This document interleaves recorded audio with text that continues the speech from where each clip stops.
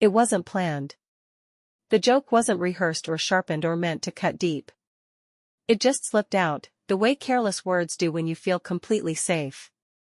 When the room is warm and quiet, and you believe the person across from you already knows every part of you. We were halfway through dinner at one of those quiet restaurants with cloth napkins and soft lighting.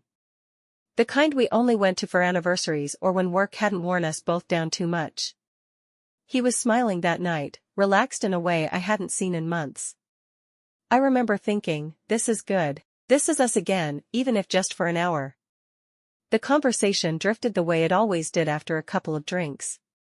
We talked about old memories, college stories, the silly things we used to argue about when we were younger. He teased me about how serious I used to be back then, how guarded. I rolled my eyes and said something about how I'd lived a little more than he probably thought. He raised an eyebrow, half joking, half curious. And instead of letting it pass, instead of brushing it off with a laugh, I made the joke. I said it lightly, with a smile, like it was no big deal. I called it a number and shrugged, as if it was just another random fact about my life, like how many places I'd lived or jobs I'd tried before settling down. I didn't think about how it would sound to him. I thought honesty, even wrapped in humor, was better than keeping things hidden. He didn't laugh at first. I thought he just hadn't heard me properly. He stared down at his plate, his fork resting against the edge like he'd frozen mid-motion. I repeated it softer, still smiling, trying to pull him into the joke. That's when he looked up. There was no anger in his eyes, no raised voice, no sharp words. Just a quiet stillness that made the air feel heavier. He asked if I was serious. I said yes, still trying to keep things casual, still not realizing something important had already changed. He nodded once. He didn't argue. He didn't ask questions.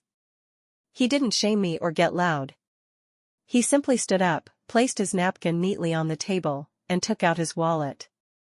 I thought maybe he was going to the restroom or stepping outside for air. I watched him pay the bill, watched him thank the server with the same calm politeness he always had.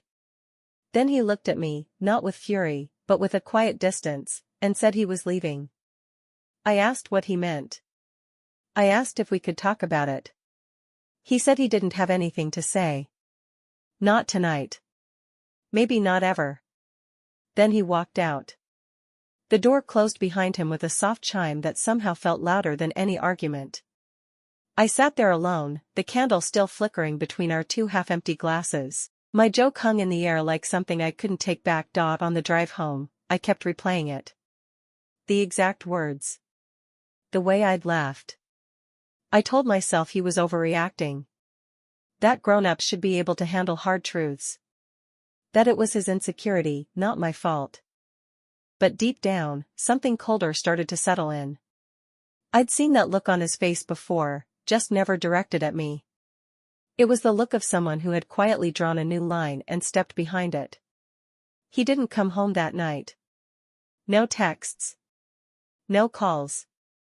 I lay awake staring at the ceiling, wondering how one careless moment could feel heavier than years of good ones. The next morning, his side of the closet looked the same. His toothbrush was still in its place.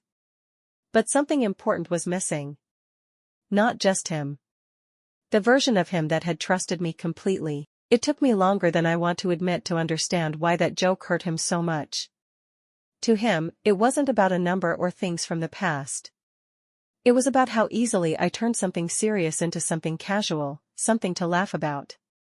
It was about respect. About the promise we'd made to each other.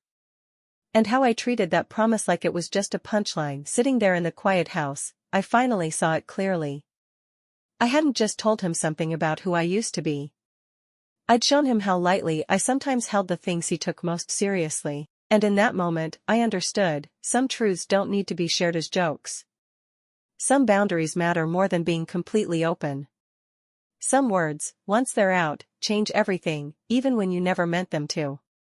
I wish I could go back to that warm restaurant table, take the joke back, and choose silence instead. But life doesn't give us those chances. We only get the moment we're in, and the hope that the people we love will forgive us when we get it wrong.